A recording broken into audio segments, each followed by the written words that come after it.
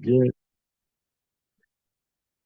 bien aimé, je nous salue au nom précieux du Seigneur Jésus-Christ. Nous allons commencer avec cette exhortation intitulée Qui est le chrétien? Je recommence. Qui est le chrétien?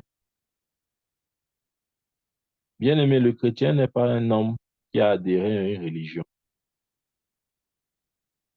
Nous croyons qu'être chrétien, c'est adhérer à une religion dite chrétienne. Non, le christianisme n'est même pas une religion. Je vais vous dire pourquoi je ne considère pas le christianisme comme une religion. Parce que un des points, le point en commun, comme toutes les religions, c'est la quête de Dieu, la recherche de Dieu. Que ce soit l'islam, le bouddhisme et toutes ces religions, ils ont un seul point en commun. Ils peuvent avoir plusieurs, mais il y a ce point qu'ils ont tous en commun. C'est qu'ils sont toujours dans une quête de Dieu, dans une recherche de Dieu. C'est ça la religion. La religion, c'est je fais des efforts pour essayer de me rapprocher de Dieu, pour essayer de le chercher, pour essayer de lui faire plaisir. C'est ça la religion, bien aimé. Et puis, dans ce sens, le christianisme ne peut pas être une religion. Parce que dans le christianisme, on n'essaye pas, fermons les micros, fermons les micros.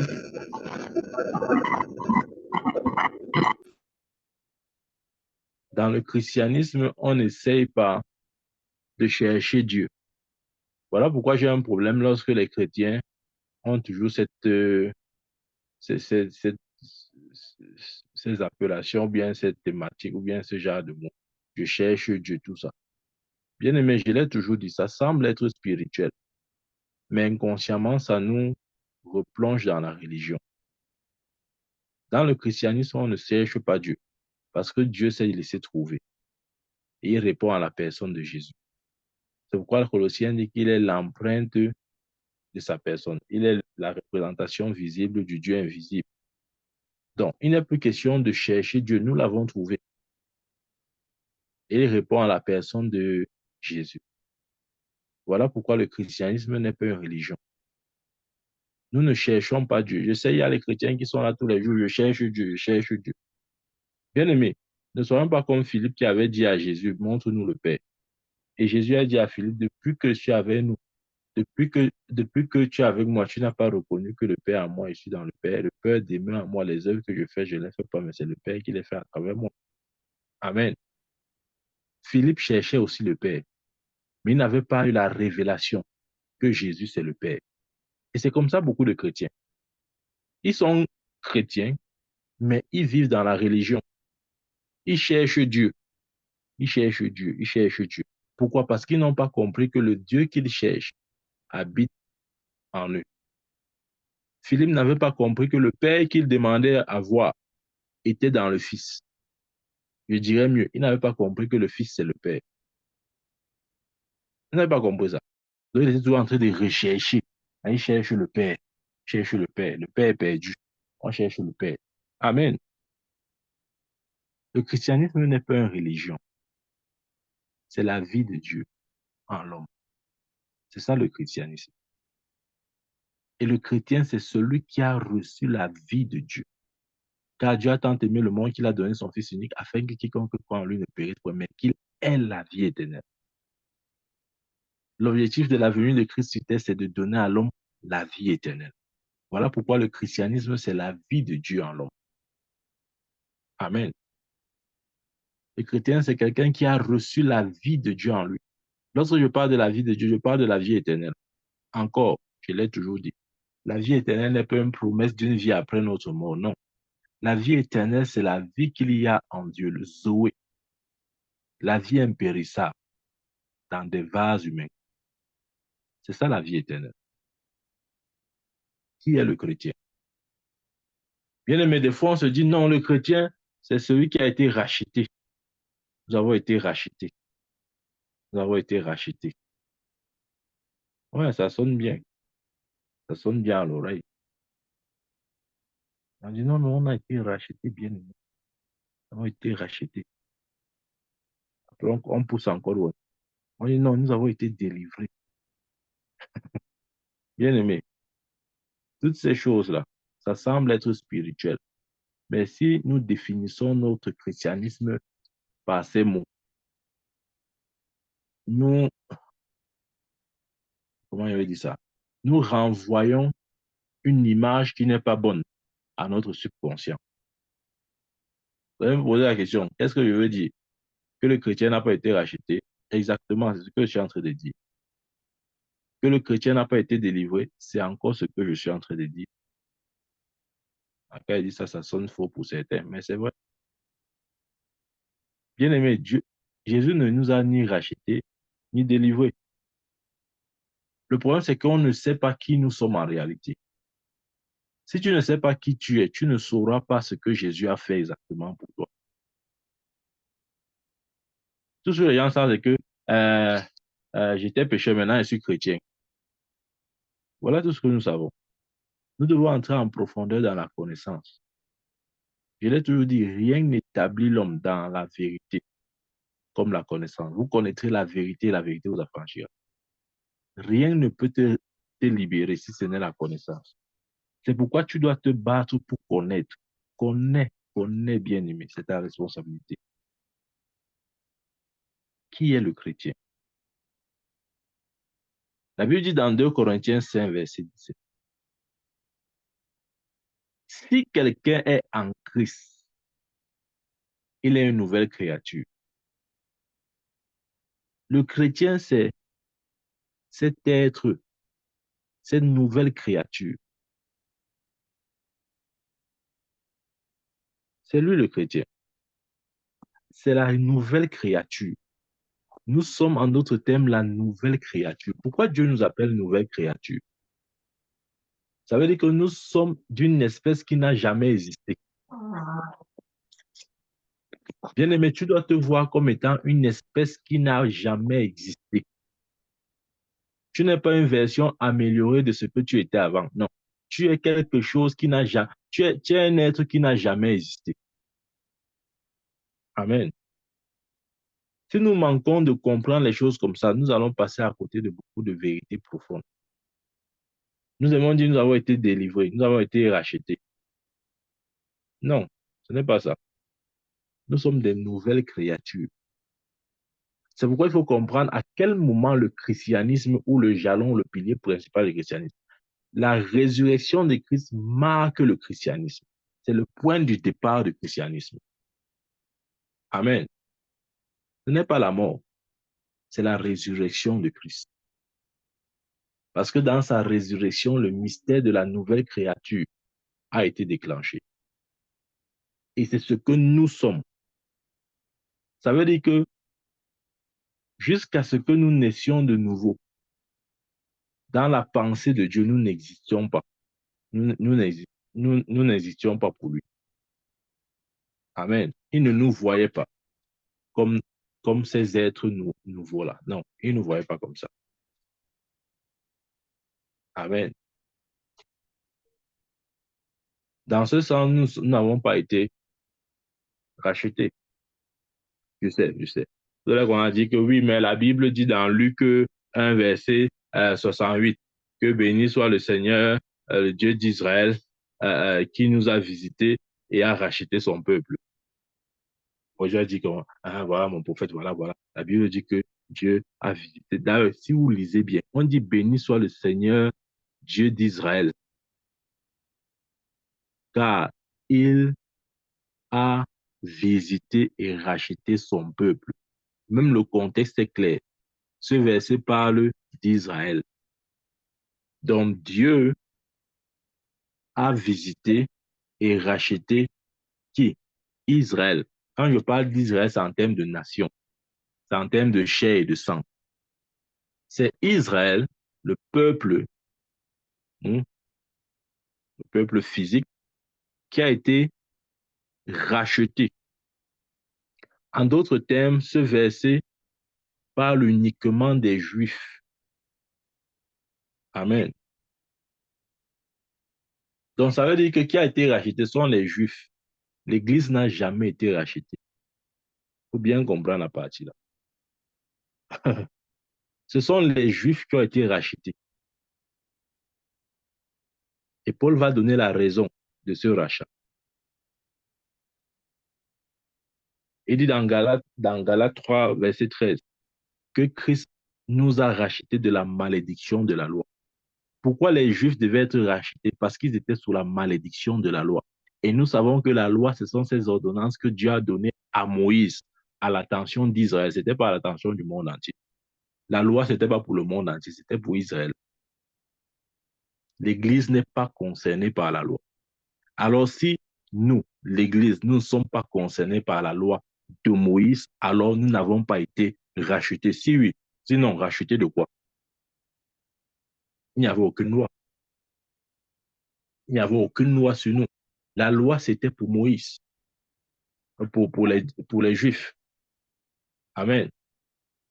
Donc, quand on dit que la nouvelle création ou l'Église n'a été ni rachetée ni délivrée du péché ou de Satan, beaucoup ne comprennent pas ça. Bien aimé, va encore te choquer. Dieu ne t'a pas délivré de Satan. Dieu ne t'a non plus délivré du péché.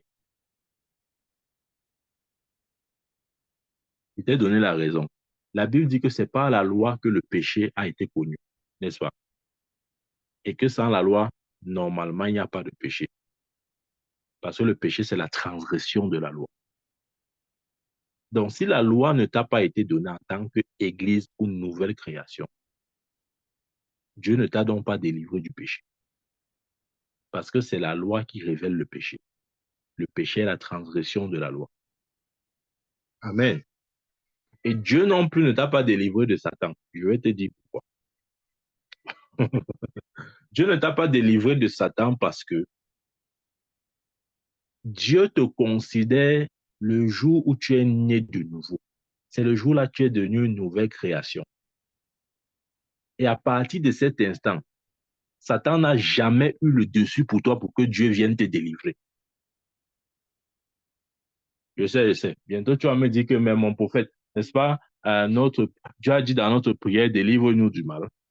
Hein? Quand Jésus a enseigné notre Père à des disciples, après il a dit là-bas que, oh, délivre-nous du mal, car c'est à toi qu'appartient pour les siècles des ciels, l'honneur, la gloire, la puissance, non, tout ça. Il faut arrêter ça. Il faut arrêter ça. Amen. J'ai toujours dit la prière de notre Père, c'est une prière beaucoup plus contextuelle que d'ordre, ce n'est pas une vérité générale, c'est une vérité contextuelle. Quand Jésus disait, lorsque vous priez, à partir où il dit délivre-nous du mal, car c'est à toi qu'appartient pour les cieux des ciels l'honneur, le règne, la puissance, la force, etc. Jésus avait raison de leur enseigner la prière de cette façon. Parce que à ce moment-là, les Juifs étaient sous la loi. Amen. Et n'ayant pas pu observer la loi, parce que la loi montre aussi non seulement l'incapacité à l'homme à plaire à Dieu, mais aussi expose le péché. N'ayant pas pu observer la loi, le péché les dominait. Et si les péchés exerçaient une influence sur eux, alors Satan exerçait une influence sur eux. Donc voilà pourquoi Jésus dit, lorsque vous priez, dites, délivre-nous du malin. À ce moment-là, Satan, là je parle maintenant d'une vue globale, non seulement il avait l'autorité sur le peuple juif, mais il avait l'autorité sur tous les peuples de la terre. Pourquoi? Parce que les Juifs étaient soumis à la loi de Moïse, ça c'était euh, le premier joug qu'il y avait sur eux, mais ils étaient aussi soumis au péché originel, le péché d'Adam. Donc il y avait comme deux couches, deux plafonds sur leur tête. Voilà pourquoi Jésus avait raison de dire, quand vous priez, dites délivre-nous du malin. Parce que justement à ce moment-là, Satan ou le malin avait une influence, une domination, que ce soit sur les Juifs ou sur n'importe quel peuple de la terre. Donc cette prière est contextuelle. Écoutez bien, écoutez bien. On ne prêche pas comme ça. Amen. Cette prière est beaucoup plus contextuelle. Mais lorsque Jésus vient et que, par son sacrifice, par sa mort et résurrection, nous savons tout ce que ça engendre comme implication. Il n'a plus jamais dit, quand vous priez, dites que délivre Dieu du malin. Non, parce que nous avons l'autorité sur le malin. Dieu, regardez, la nouvelle création n'a pas été délivrée ni du péché ni de Satan. Parce que lorsque le péché et Satan régnaient, la nouvelle création n'existait pas. Écoutez bien ce que je suis en train de dire. Lorsque le péché et Satan régnaient dans le monde, que ce soit dans le cadre des Juifs ou des non-Juifs, l'Église, la nouvelle création n'existait pas. Quand Dieu a mis en place cette nouvelle création, la Bible dit que Jésus-Christ est le premier-né d'entre les morts. Il parlait de cette nouvelle création. C'est lui le premier qui inaugure cette race. Lorsque l'apôtre Pierre dit, vous par contre, vous êtes une race élue, une nation sainte, un peuple royal, etc. Ça parle de la nouvelle création. Là, il n'est pas en train de parler seulement des Juifs. Non, il parle là de l'Église. Et quand l'Église naît avec sa tête Jésus à la résurrection. À ce moment-là, Satan n'a pas de pouvoir ou n'a jamais eu de pouvoir, ni le péché, ni Satan, sur cette race-là, sur cette nation, sur ce peuple qui a à sa tête Jésus-Christ à sa résurrection.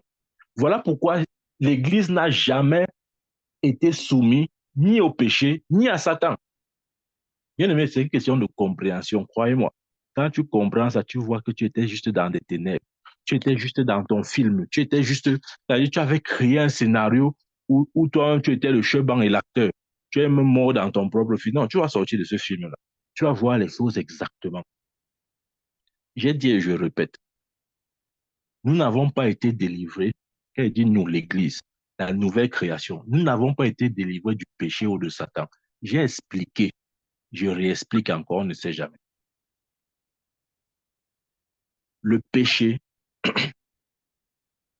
je dirais même qu'il y a il y a quatre types de péchés même. Il y a quatre types de péchés, mais on ne va pas entrer dans cette profondeur-là. Ou bien, je peux juste citer comme ça là. Il y a le péché originel, ok? Il y a le péché originel, c'est le péché d'Adam. La Bible dit que par un homme, le péché est entré et par lui, là, le péché s'est répandu sur la race humaine, etc. Dans Romains chapitre 5. Il y a le péché adamique, il y a le péché euh, de la loi. Le péché de la loi, si vous voulez, le péché par imputation. Le péché par imputation. Par exemple, nous voyons l'exemple de cet homme à qui Israël était, l'exemple d'Akan. Israël avait mené une guerre et la consigne était de ne pas prendre tout ce qui était les objets dont Dieu avait dit de ne pas toucher. Et un homme s'est dissimulé. Il a volé tout ce qu'il fallait pas toucher. Et la Bible dit quoi? Que Israël a péché. Pourtant, c'est lui seul qui a péché. Mais quand Dieu se fâche, il se fâche contre tout Israël. Ça, c'est le péché par imputation. C'est-à-dire, une personne pêche, mais devant Dieu, c'est tout le monde qui a péché.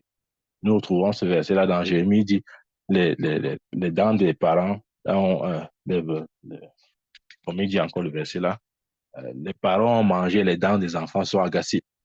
C'est la logique de le péché qui transgénérationnel, qui quitte d'une génération à une autre.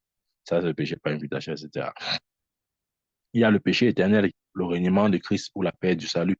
Maintenant, il y a le péché individuel, ce que chaque individu peut faire. Ouais. Maintenant, pour le péché individuel, pour nous, les nouvelles créations, la nouvelle créature, la Bible dit que nous avons un avocat auprès de Dieu. Jésus le juste, il intercède pour nous. Ça, c'est pour traiter pour les péchés personnels ou individuels qu'on peut connaître et qu'on peut commettre étant déjà nouvelle créature. La solution, c'est notre avocat. OK? Maintenant, le péché par imputation, qui était le fait que c'était beaucoup plus quelque chose aussi lié à Israël. Quelqu'un pêche et tout le monde est considéré comme pécheur. J'ai pris l'exemple de jet que Dieu avait voulu interdire, etc. Et quand après ça, il a ramené dans sa maison et puis Dieu s'est fâché, il a puni tout le monde, etc. Il y a le péché euh, originel, qui est le péché adamique. Il y a le péché qui mène à la mort, encore appelé le blasphème contre le Saint-Esprit, le péché volontaire ou le péché éternel, ou la paix de salut ou le réunion de Christ, ce sont des synonymes. Voilà les quatre types de péchés. Non, maintenant je reviens. Je disais que Dieu ne nous a pas délivrés. Là, j'exclus bien sûr. J'exclus bien sûr les péchés personnels que nous pouvons commettre. Vous voyez? Regardez. Les péchés personnels que nous commettons, en réalité, ça ne nous sépare pas de Dieu. Mais ça détruit notre foi. Parce que normalement, le péché est censé séparer l'homme de Dieu. Rappelons-nous, lorsque Adam a péché, il a été séparé de Dieu. Amen. Donc, je suis en train de dire que Dieu, en termes quand je parle du péché, je parle du péché de la loi. Le péché, euh, quand Dieu dit par exemple à Israël, tu ne mentiras point, tu ne compteras point d'adultère, ça c'est la loi de Moïse. OK? Et tous ceux qui n'ont pas suivi cette loi étaient coupables de ce péché, la transgression de la loi. Donc, nous, en tant que nouvelle créature, excusez-moi, je développe beaucoup de choses en même temps, mais il faut que je revienne sur, sur l'idée principale, sinon après, ça sera beaucoup d'informations à gérer. Nous, en tant que nouvelle créature, Dieu nous compte où notre vie commence lorsque nous naissons de nouveau. Et pris dans ce sens, Dieu ne nous a pas délivrés du péché. Parce que lorsque le péché régnait dans le monde, l'Église n'existait pas encore. Comprenons bien cette nuance-là. Lorsque le péché régnait dans le monde, l'Église n'existait pas. Lorsque même le péché a régné par la loi de Moïse, c'était imputé aux Juifs, pas à tous les peuples de la terre, mais en tout cas, l'Église n'existait toujours pas encore. Amen. À quel moment l'Église existe? L'Église existe à la résurrection de Christ. Vous avez la Bible dit qu'il est le premier-né d'entre les morts. Amen. Et l'Église prend officiellement naissance à la Pentecôte lorsque l'Esprit descend sur les apôtres, etc. Donc, Dieu, là je parle à l'Église, je ne parle pas des Juifs. Dieu n'a pas délivré l'Église du péché. Parce que quand l'Église, en tant qu'entité, a commencé à exister, le péché n'a jamais eu une autorité sur elle. Pour que Dieu vienne maintenant l'en délivrer, non. Le péché n'a jamais eu l'autorité sur l'Église. Parce que quand l'Église est née dans la victoire. La résurrection de Christ marque la victoire. Donc, il n'y a pas un moment où on a été oppressé. Quand il parle, il faut faire la différence entre toi, la nouvelle créature, ce que tu es et ce que tu étais avant de naître de nouveau. Moi, je ne parle pas de ce que tu étais. Parce que ce que tu étais avant de naître de nouveau, la Bible appelle ça païen. Les païens, ce sont les non-juifs. Tu étais un non-juif. Mais maintenant que tu es chrétien, tu n'es plus païen. Encore moins juif. Tu es la nouvelle créature. Et en tant que nouvelle créature, le péché n'a jamais dominé sur la nouvelle créature. Voilà pourquoi Dieu ne nous a jamais délivrés du péché. Bien aimé, quand tu comprends comme ça, là, les choses de cette manière, tu vas comprendre que même le péché qui te menace, en réalité, ça te menace parce que ton, ta, ta conscience n'a jamais été éclairée sur cette vérité que je suis en train de dire. Ouais, c'est un peu comme si quelqu'un, je prends un exemple. Quel exemple je peux donner, Seigneur? Hmm. Bon, je vais prendre l'exemple de mon fils. OK. Je suis né au Cameroun. Ma femme aussi est née au Cameroun. Mais notre dernier fils n'est pas né au Cameroun. Donc, dans un certain sens, excusez-moi l'expression, c'est juste pour illustrer le message. Dans un certain sens, entre guillemets, on pourra dire que Dieu nous a délivrés du Cameroun, disons ça comme ça, parce que nous étions là-bas. OK? Il nous a délivrés, c'est-à-dire il nous a transportés, il nous a fait changer de, de, de lieu, de local, de place. Oui, ça c'est vrai. Mais vous ne pouvez pas dire que mon fils, mon dernier, a été délivré du Cameroun. Non. Pourquoi? Parce qu'il n'est jamais né au Cameroun. Il ne connaît pas le Cameroun. Il est né au Canada. Donc, ça veut dire que, dans ce sens, il n'a jamais été délivré du Cameroun.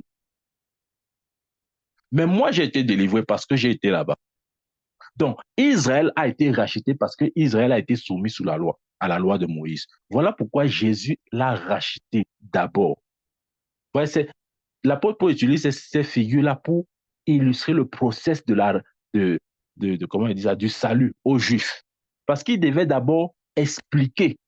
Parce que le Juif ne pouvait pas seulement croire comme ça. Là. Il fallait qu'on lui montre qu'est-ce qu'on fait de la loi de Moïse ou qu'est-ce qu'est devenu la loi de Moïse. Et comment est-ce que la loi de Moïse s'applique ou ne s'applique plus à eux, Juifs qui sont maintenant devenus chrétiens. Voilà pourquoi Paul dit, il vous a délivré de la loi de Moïse. Donc, je reviens à mon cas. On pourra dire, Dieu m'a transporté, Dieu m'a fait quitter le Cameroun pour le Canada. Ça, c'est vrai. Mais il n'y a pas eu ce phénomène pour mon fils. Il n'est jamais né au Cameroun. Il ne sait pas ce que c'est que le Cameroun. Donc, on ne peut pas dire que Dieu l'a transporté ou Dieu l'a délivré du Cameroun. Non, il n'a jamais été là-bas. Et c'est qu'on comprend ce qu'il veut dire. Ce que je veux dire, c'est que lorsque l'Église a commencé à exister, le péché n'a jamais dominé l'Église pour que Dieu vienne maintenant l'en délivrer. Non. Satan n'a jamais dominé l'Église pour que Dieu vienne maintenant nous délivrer de... Non. Amen. Quand tu comprends ça, tu vois que en fait, tu es né dans la victoire. Tu as toujours cru que non, il faut combattre le péché, combattre Satan. Non. Quand tu comprends ça, même les péchés d'ordre personnel, ça perd littéralement son pouvoir. C'est vrai. Pourquoi? Parce que tu vas comprendre que comment il veut dire ça? Tu es né dans la victoire. Le péché n'a jamais eu de pouvoir sur toi. Maintenant, si tu comprends qui tu es, c'est-à-dire que on est enfant de Dieu, c'est un peu vague. Si tu comprends que l'amour de Dieu a été répandu dans ton cœur, et si tu vis, si tu n'es pas, je vous dis deux choses poussent l'homme à pécher. Le manque d'amour et l'égoïsme. Regardez n'importe quel péché qui existe à la surface de la terre. Ça a pour source l'égoïsme ou le manque d'amour. Prenez n'importe quel péché. Vous allez voir que, quel que soit le péché, c'est rattaché à ces deux vices-là. L'expression ou le sentiment manque d'amour ou bien l'égoïsme. Mais la vérité encore, c'est que la Bible dit, oh, l'espérance ne trompe point, parce que l'amour de Dieu est répandu dans nos cœurs par le Saint-Esprit qui nous a été donné. Donc, si le chrétien comprend que le Saint-Esprit, l'amour de Dieu a déjà été répandu par ses composés, et qu'il marche à la lumière de cet amour, bien aimé, il est impossible de pécher. C'est pourquoi je crois fermement que le chrétien peut vivre sans péché. Parce que le péché n'a jamais dominé sur lui. Bien aimé, à aucun moment le péché a dominé sur l'Église. Jamais. Dieu nous a engendrés dans la victoire. Amen. J'ai pris un exemple. J'ai dit, Israël était sous la malédiction de la loi, était sous la loi de Moïse. Voilà pourquoi Dieu, quand Paul explique dans le salut, il faudrait qu'il montre aux Juifs qu'est-ce qu'est devenu la loi et le péché par rapport à eux et par rapport à leur salut en Christ Jésus. C'est juste une explication, euh, comment il dit ça? Euh, Paul essaie juste de donner une explication à un, à un contexte, à une situation bien précise parce que les Juifs vont se dire, oui, d'accord, nous sommes aujourd'hui enfants de Dieu, mais la loi de Moïse, alors, le péché, on fait quoi de ça? C'est une réalité. Paul leur explique donc que, bon, écoutez, même par rapport au péché, là, Dieu vous a délivré. Amen. C'est pour ça qu'il dit que Christ, dans Galates 3, verset 13, Christ, Christ nous a délivrés de la loi de la malédiction. Quand il dit nous, il ne parle pas de l'Église, il parle des Juifs, il les dit. Et même dans Luc 1, verset 68, lorsqu'il dit béni soit le Seigneur Dieu d'Israël qui a visité son peuple et a racheté son peuple. Amen. Il dit bien quoi? Son peuple, c'est-à-dire les Juifs. Bien aimé, quand tu comprends que, un, Dieu ne t'a jamais racheté, Dieu ne t'a jamais délivré, mais il t'a engendré dans la victoire. Bien aimé, ton christianisme devient différent. Tu n'es pas quelqu'un qui bagarre pour essayer d'être délivré ou bien qui bagarrent pour essayer d'avoir une victoire. Non, nous avons été engendrés dans la victoire. Amen. C'est une question de révélation, bien. C'est une question de... C'est ce que les Écritures disent. C'est parce que quand on lit les Écritures, on ne lit pas ça souvent en contextualisant, on ne lit pas ça en gardant les versets dans le contexte. On prend ça n'importe comment. On dit, oh, la Bible dit que Christ nous a délivrés de la malédiction de la loi. Oh, bien-aimé frère, Dieu t'a délivré de la malédiction de la loi. De quoi est-ce qu'on parle? Il m'a délivré de la malédiction de quelle loi? Est-ce que tous les peuples de la terre sont des Juifs? Ce sont les Juifs qu'il a délivrés de la malédiction de la loi, parce qu'ils étaient sous la loi de Moïse. Amen. Amen. Ça veut dire quoi? Parce qu'en fait, il y a deux grands types de peuples sur la terre, prenons ça comme ça. Il y a les Juifs et les non-Juifs, encore appelés les païens. Il y a les Juifs et les non-Juifs que la Bible encore appelle les païens. Amen. Donc, les païens, c'est même pas ceux qui sont... Parce qu'aujourd'hui, quand on dit que tu es païen, on veut dire que tu n'es pas né de nouveau. Oui, ça, c'est la signification qu'on a voulu donner au mot païen. Mais les païens, dans le contexte biblique, les païens, c'est tous les non-juifs. Tout peuple de la terre qui n'a pas le sang juif dans ses veines était considéré comme païen. Voilà. Donc, pris dans ce sens, les païens n'ont jamais été rachetés de la malédiction de la loi parce qu'ils n'ont jamais été sous la loi. Amen. Regardez, ouvrons la Bible dans Éphésiens 4. Éphésiens 4, versets 17 à 18. Il dit là-bas, voici donc ce que je dis et ce que je déclare dans le Seigneur, c'est que vous ne devez plus marcher comme les païens. Là, il parle aux Juifs. Il dit aux Juifs qui sont devenus chrétiens, bien sûr.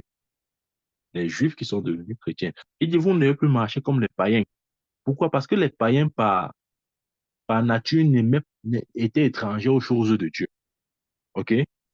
Donc, il parle aux Juifs qui sont devenus chrétiens que vous ne devez plus marcher comme les païens qui marchent selon la vanité de leurs pensées.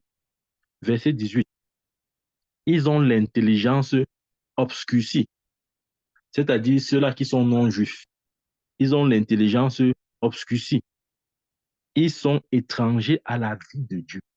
Regardez, il dit que les non-juifs sont étrangers à la vie de Dieu. Parce que le message de l'évangile ne leur avait pas été adressé à ce moment. Il dit donc que les non-juifs, ceux-là qui n'ont pas reçu l'évangile et qui ne sont pas juifs, ils sont étrangers à la vie de Dieu. Amen.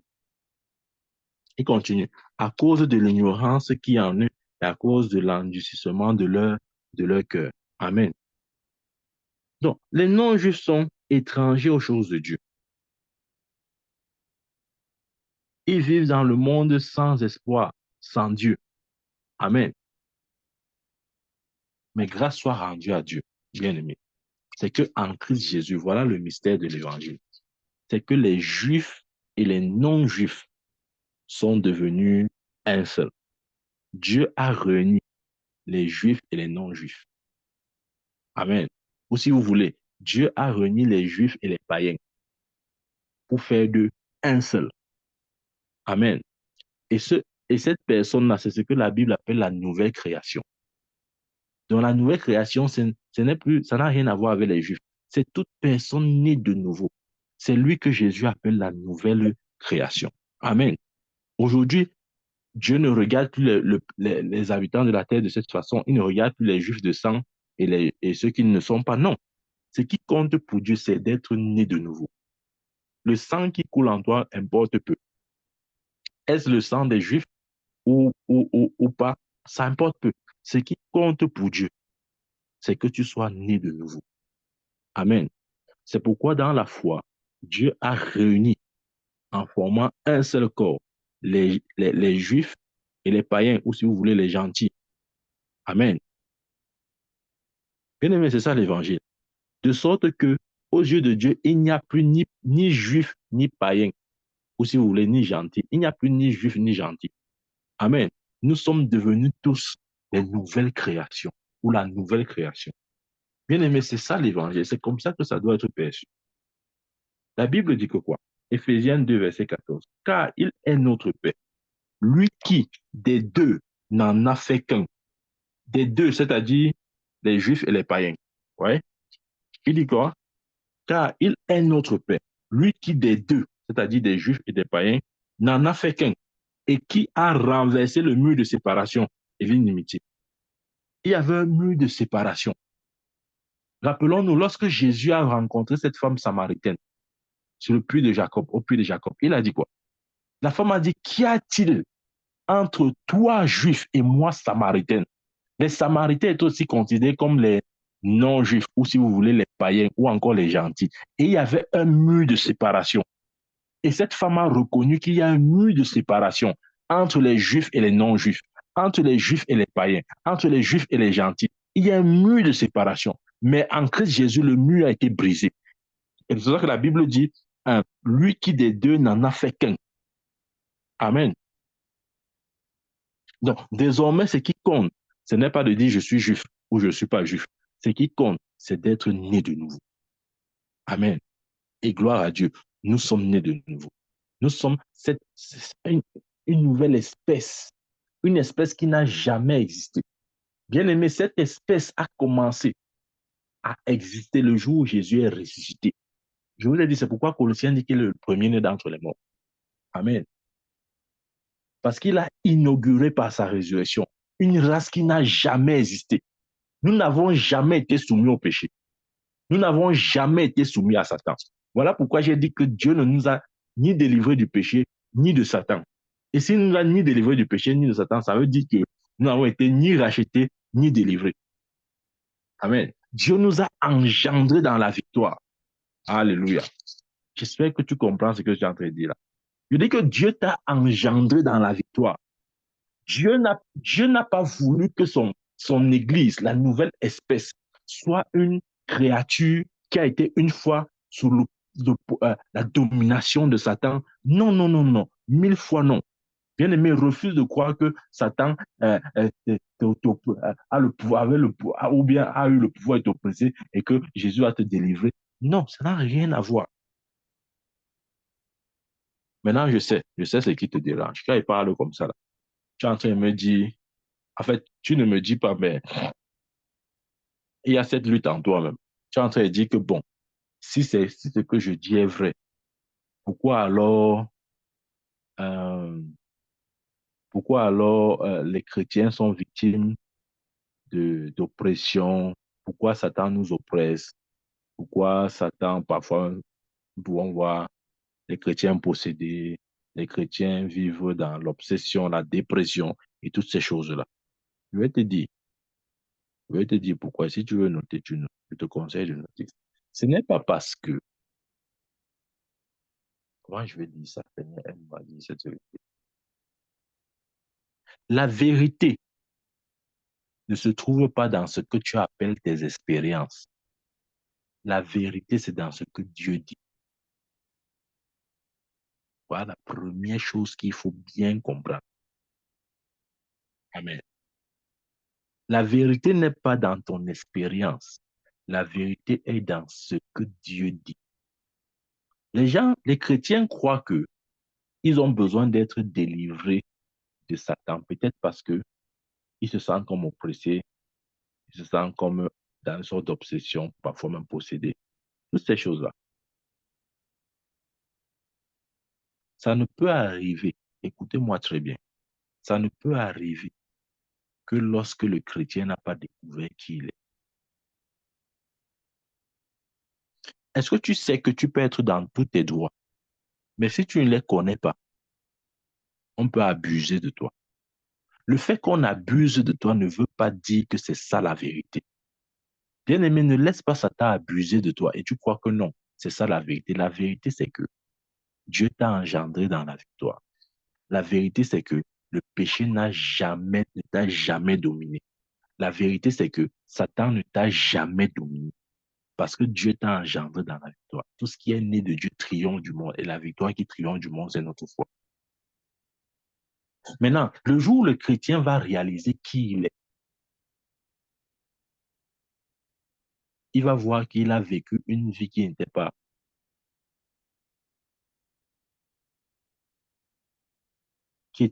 qui était le désir de Satan.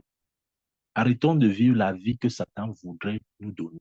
Vivons la vie que Christ nous a donnée. Il y a une vie nouvelle.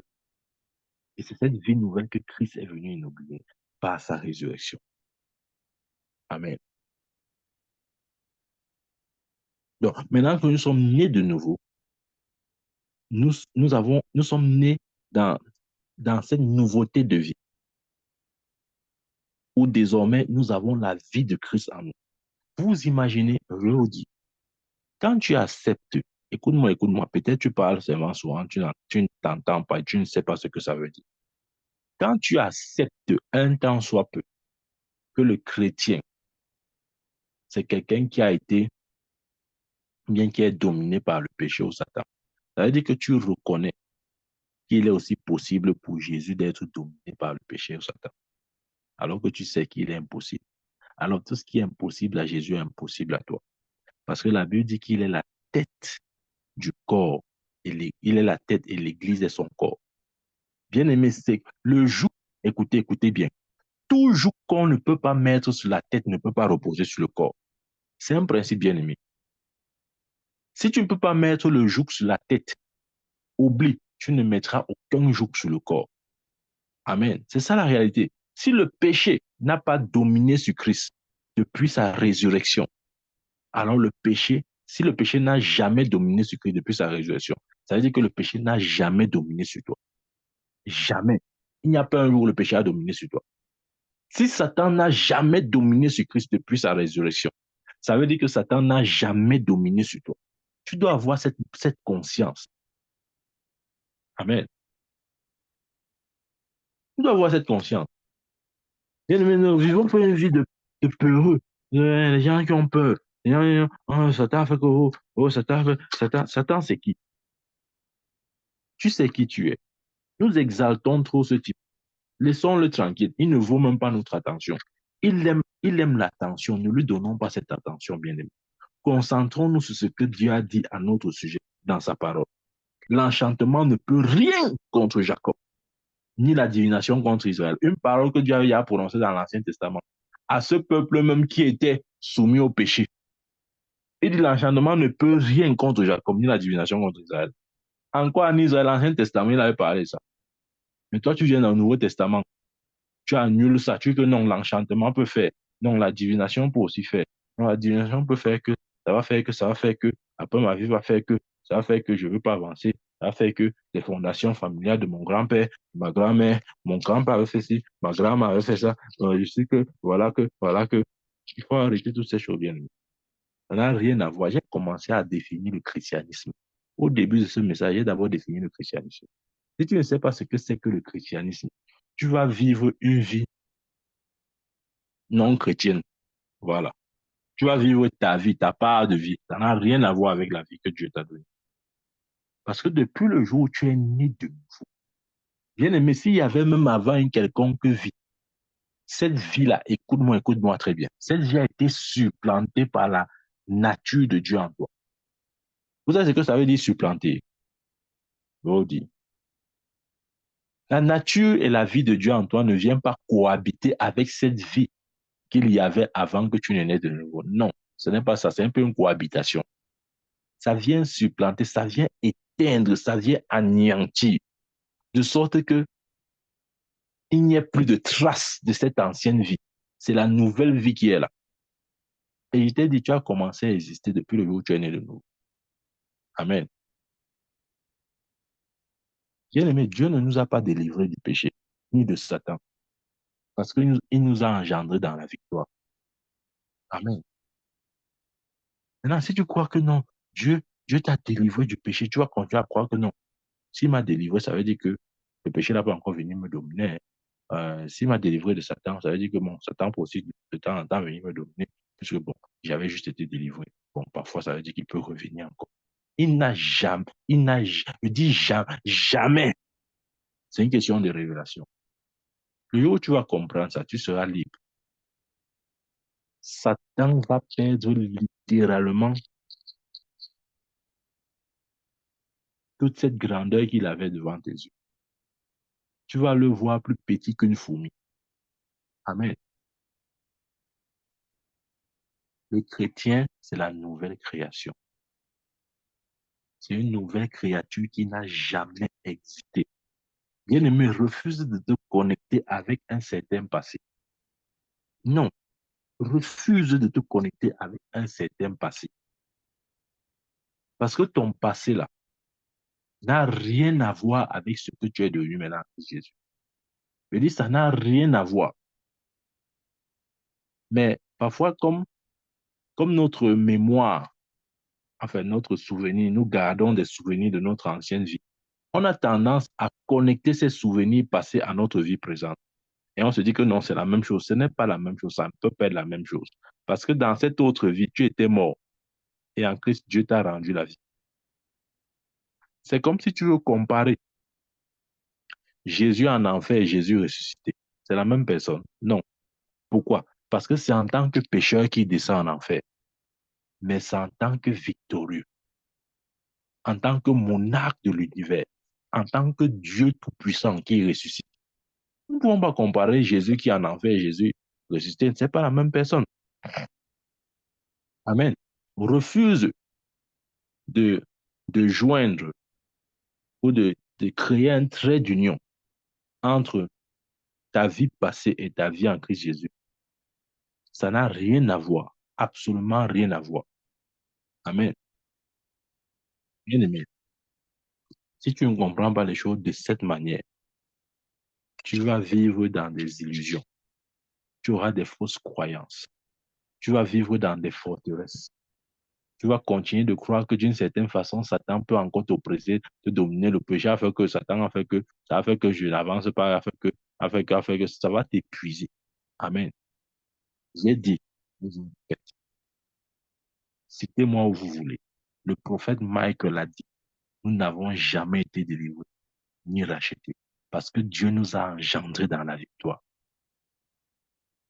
Et depuis ce jour-là, le péché n'a jamais triomphé de nous. Amen. Quand tu nais de nouveau, c'est la vie de Christ qui vient en toi, supplanter, éteindre toute autre vie. Amen. Bien aimé, voilà pourquoi il a dit, si quelqu'un est en Christ, il est une nouvelle créature. Une autre personne dit, une autre version dit, vois, toutes choses sont devenues nouvelles. Bien aimé, si tu ne vois pas que toutes choses sont devenues nouvelles pour toi, qui est devenu une nouvelle créature en Christ, tu vas commencer à vivre dans la conscience du péché et de Satan. Et c'est cette conscience qui va te maintenir dans la servitude, qui va te maintenir dans l'échec, qui va te maintenir dans la peur, qui va te maintenir dans la position de perdant. Alors qu'il a dit, tout ce qui est né de Dieu triomphe du monde. Bien aimé, tu es né de Dieu. Tout ce qui est né de Dieu triomphe du monde, parce que Dieu nous a établis au-dessus du monde. Et la victoire qui triomphe du monde, c'est notre foi. Amen, amen. La prière, va et prospère. Va et vis cette vie que Christ t'a donnée. Va et sois ce que tu as, ce que Dieu a toujours voulu que tu sois. Qui es-tu? Bien-aimé, nous sommes un, une race élue. Deux, un sacerdoce royal. Trois, une nation sainte. Quatre, un peuple acquis. Pour quel but? Afin d'annoncer les vertus de celui qui nous a appelés des ténèbres à son admirable lumière. Nous sommes dans la lumière. Nous avons été engendrés dans la lumière. Notre vie commence à partir de la lumière. Amen. Que Dieu nous bénisse bien. Au nom du Seigneur Jésus-Christ. Amen. Amen. Amen. Amen, amen, amen. Y a-t-il des questions?